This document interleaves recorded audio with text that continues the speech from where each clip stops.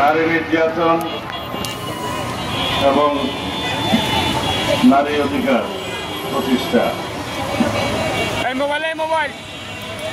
নারীদের এই প্রতিবাদ মৌন মিছিলের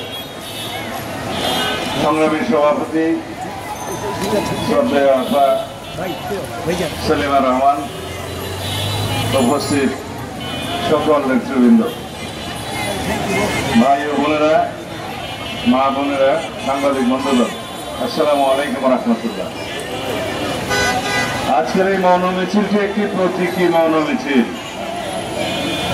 প্রতিবাদ মিছিল এবং প্রতিবাদ সভা।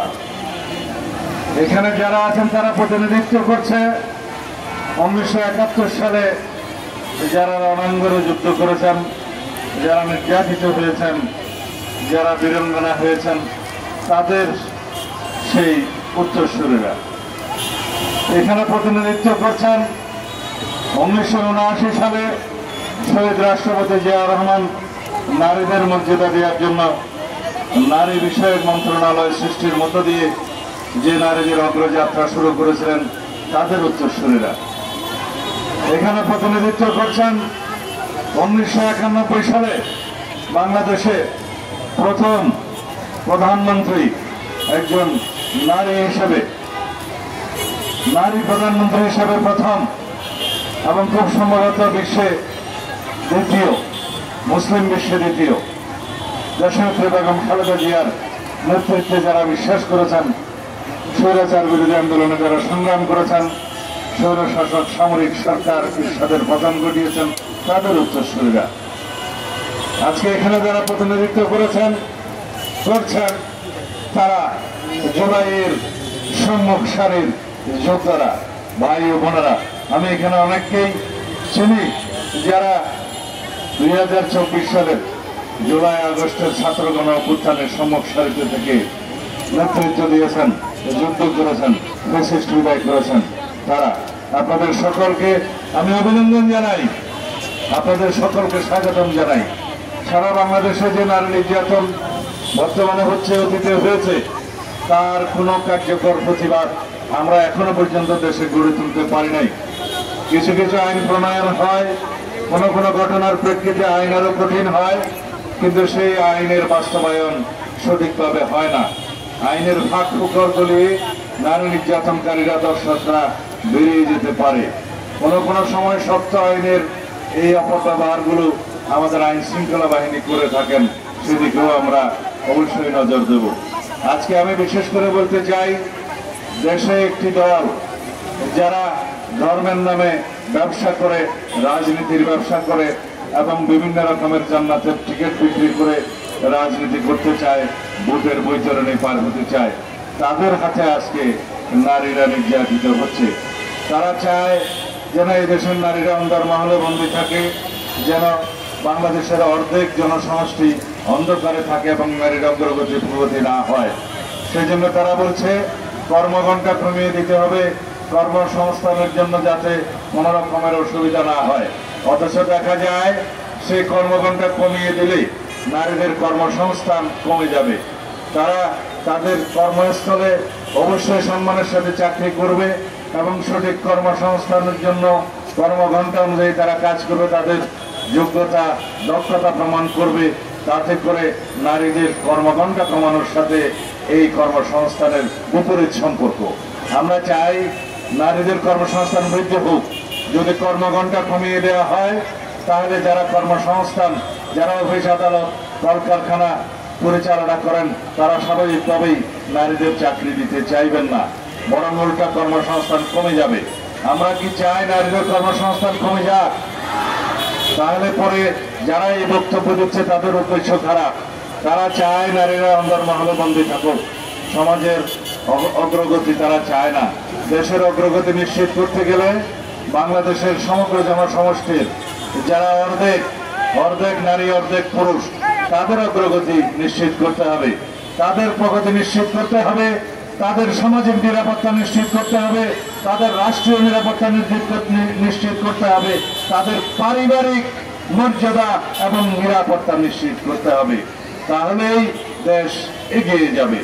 শিক্ষায়, দীক্ষায়, কর্মসংস্থানের, নিরাপত্তায়, বাসস্থানে, সমাজের সর্বত্র নারীরা যাতে নিরাপদ থাকে, সেই জন্য আমরা আগামীতে একত্রিততার ভিত্তিতে নারীদের ক্ষেত্রে সমস্ত কর্ম পরিকল্পনা আমরা প্রণয়ন করছি। সেই হিসাবে বাংলাদেশ হবে একটি অগ্রগতির চরম শিখরে ওঠা দেশ, যেখানে অংশগ্রহণ থাকবে নারী পুরুষের সমান। যাই হোক, আজকে আমরা প্রতিবাদ জানাচ্ছি রাজশাহীতে আমাদের বোনদের উপরে অত্যাচার করেছে, তাদেরকে জোটাফেটা করেছে, প্রহার করেছে একটি ধর্মীয় গোষ্ঠী, একটি ধর্মের নাম ব্যবহার করে যারা রাজনীতি করে তারা। আমি নাম না নিলেও পত্রিকান্তরে আপনারা অবশ্যই জানেন। জাহাঙ্গীরনগর বিশ্ববিদ্যালয়ের একজন শিক্ষিকা, তিনি কথা বলার জন্য, টকশোতে কথা বলার জন্য তার বিরুদ্ধে মামলা দায়ের করা হয়েছে, যেহেতু তার কথা সেই ধর্মান্ধ গোষ্ঠীকে আহত করেছে। আমরা চাই বাংলাদেশে এমন একটি সমাজ বিরাজ করুক যেখানে আমরা সবাই সমান। এখানে ধর্মের ভিত্তিতে কোনো বিভাজন থাকবে না, এখানে জাতের ভিত্তিতে কোনো বিভাজন থাকবে না, এখানে ধর্ম, বর্ণ, গোষ্ঠী, সংস্কৃতি, ভাষাভাষী সকলে মিলে আমরা বাংলাদেশী। সুতরাং আমরা সবাই বাংলাদেশের সংবিধান অনুসারে নাগরিক, সিটিজেন হিসেবে আমরা সকল ক্ষেত্রে সমান অধিকার ভোগ করব। এই জন্যই আমরা সংগ্রাম করেছি, এই জন্যই রক্ত দিয়েছি, এই জন্য দেশ মুক্তিযুদ্ধ হয়েছে, এই জন্যই স্বাধীনতা হয়েছে।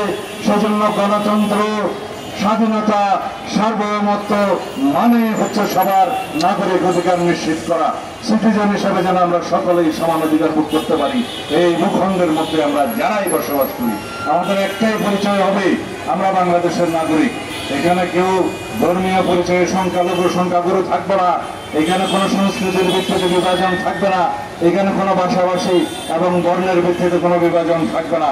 সেই বাংলাদেশ প্রতিষ্ঠার জন্যই আমাদের সন্তানেরা রক্ত দিয়েছে, সেই বাংলাদেশ প্রতিষ্ঠার জন্যই জুলাই গণঅভ্যুত্থান সংগঠিত হয়েছে, সেই বাংলাদেশ প্রতিষ্ঠার জন্যই আমাদেরকে অবশ্যই সামনে কাজ করতে হবে। আমরা একটি শক্তিশালী গণতান্ত্রিক রাষ্ট্র নির্মাণ করতে চাই, যে রাষ্ট্রে কোনো বৈষম্য থাকবে না, সাম্যের ভিত্তিতে, ন্যায় বিচারের ভিত্তিতে, সামাজিক ন্যায় বিচারের ভিত্তিতে এবং একটি শক্তিশালী গণতান্ত্রিক অধিকার নিশ্চিত করার জন্য আমরা সেই বাংলাদেশ নির্মাণ করব ইনশাআল্লাহ। আমি আজকে এখানে সমাবেশের এই উসিলায় দুটি কথা বলতে চাই। গতকালকে বাংলাদেশে একটি আদেশ জারি করা হয়েছে, রাষ্ট্রপতির আদেশ, এবং একই সাথে জুলাই জাতীয় সনদ সহ সেই আদেশের উপরে গণভোট অনুষ্ঠানের জন্য আহ্বান করা হয়েছে। আমরা আমাদের দলের পক্ষ থেকে বলেছি, জুলাই জাতীয় সনদ যেভাবে স্বাক্ষরিত হয়েছে সেটা আমরা প্রতিপালনে প্রতিশ্রুতিবদ্ধ, অঙ্গীকারাবদ্ধ। জুলাই জাতীয় সনদ যেভাবে রচিত হয়েছে, প্রণীত হয়েছে, স্বাক্ষরিত হয়েছে, সেই জাতীয় সনদ আমরা অক্ষরে অক্ষরে প্রতিপালন করার জন্য অঙ্গীকারাবদ্ধ। এর বাইরে চাপিয়ে দেয়া, জবরদস্তিমূলক আর যে কোনো প্রস্তাব যদি দেওয়া হয় সেটা জনগণ বিবেচনা করবে। গণভোটের মাধ্যমে একই দিনে জাতীয় সংসদ নির্বাচনের দিনে জনগণের সম্মতি গ্রহণের জন্য যে প্রস্তাব করা হয়েছে সেটাকে আমরা স্বাগত জানিয়েছি, কারণ এটা ব্যয় সাশ্রয়ী, এটা সময় সাশ্রয়ী, এটা বিভিন্ন রকমের আয়োজনের সাশ্রয়ী এবং এটা সুবিধাজনক। বেশি ভোটারদের অংশগ্রহণের মধ্য দিয়ে তারা মতামত দিতে পারবে। তবে এটা আমাদের মনে রাখতে হবে, গণভোটের মধ্য দিয়ে আইন প্রণয়ন করা হয়ে যাবে না, গণভোটের মধ্য দিয়ে সংবিধান সংশোধন হয়ে যাবে না। তার জন্য অবশ্যই জাতীয় সংসদ গঠিত হতে হবে। সেই জন্য জাতীয় সংসদ নির্বাচনের পুনরাবৃত্তি করেছেন তিনি 15ই ফেব্রুয়ারির প্রথমার্ধে, সেজন্য তাকে আমরা সাধুবাদ জানিয়েছি।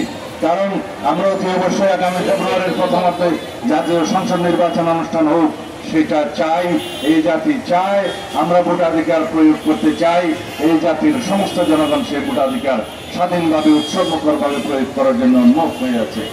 আমরা মনে করি বাংলাদেশের সেই জাতীয় সংসদের সার্বভৌমত্ব যাতে ক্ষুণ্ণ না হয়, সেই জন্য আমরা কোনো আরোপিত আইন দিয়ে, আদেশ দিয়ে, যে কোনো রকমের জবরদস্তিমূলক প্রস্তাব দিয়ে জাতীয় সংসদের সার্বভৌমত্বকে আমরা হস্তক্ষেপ করাতে দিতে চাই না। কারণ এটাই বাংলাদেশের একমাত্র সার্বভৌম হাউস, যে সার্বভৌম হাউসে জনগণের প্রতিনিধিত্ব করে, তাদের সার্বভৌম প্রতিনিধিত্ব করে তাদের জাতীয় সংসদ যারা নির্বাচিত হবে তাদের মধ্য দিয়ে। বাংলাদেশে একমাত্র হাউস বাংলাদেশের জাতীয় সংসদের সার্বভৌম হাউস, যে হাউসের যে কোনো আলাপ আলোচনা কার্যক্রম আদালতে চ্যালেঞ্জ করা যায় না, সেই জাতীয় সংসদের সার্বভৌমত্বকে ডিক্টেট করানোর মতো কোন প্রস্তাব, কোন আরোপিত বিষয় থাকতে পারে না, সেটা আমরা পুনরুচ্চারণ করছি। ধন্যবাদ আপনাদের সবাইকে। আমরা এখন এখান থেকে মৌন মিছিল শুরু করব, শহীদ মিনার পর্যন্ত যাব। আমরা আপনাদেরকে অনুরোধ করবো সুশৃঙ্খলভাবে যেন আমরা সেই মৌন মিছিলে অংশগ্রহণ করি। খোদা হাফেজ। বাংলাদেশ জিন্দাবাদ। বাংলাদেশ জাতীয়তাবাদী